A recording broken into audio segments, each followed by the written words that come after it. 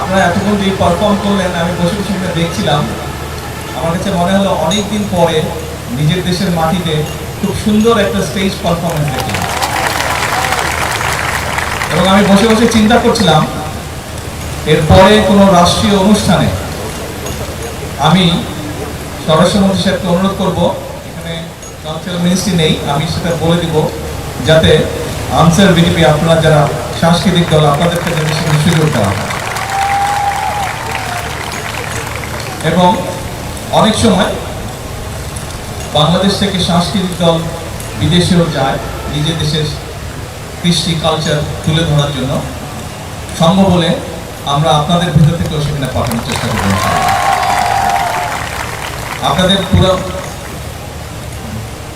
আপনাদের সম্পূর্ণ অনুষ্ঠানটা সত্যি খুব সুন্দর ছিল, প্রত্যেকটি পারফরমেন্স খুব সুন্দর ছিল।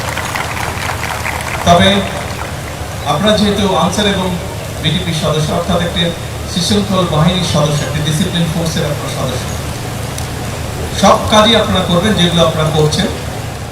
আপনারা সমাজ গঠনে, মানুষকে সহযোগিতা, আইন শৃঙ্খলা সহ বিভিন্ন যে সকল কাজ করছেন, এই সবগুলো কাজ করবেন।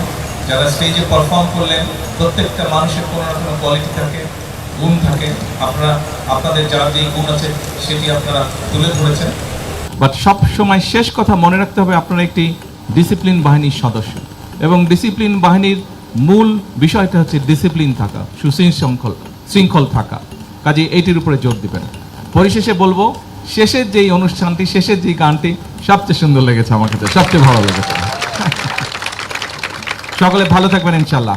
এবং আমি ব্যক্তিগতভাবে আমি দোয়া করি যেন এই যে আনসার বিজেপির যে কালচারাল গোষ্ঠীটি আপনারা যাতে ভবিষ্যতে ইনশাল্লাহ আরো ভালো, আরো সুন্দর করতে পারেন।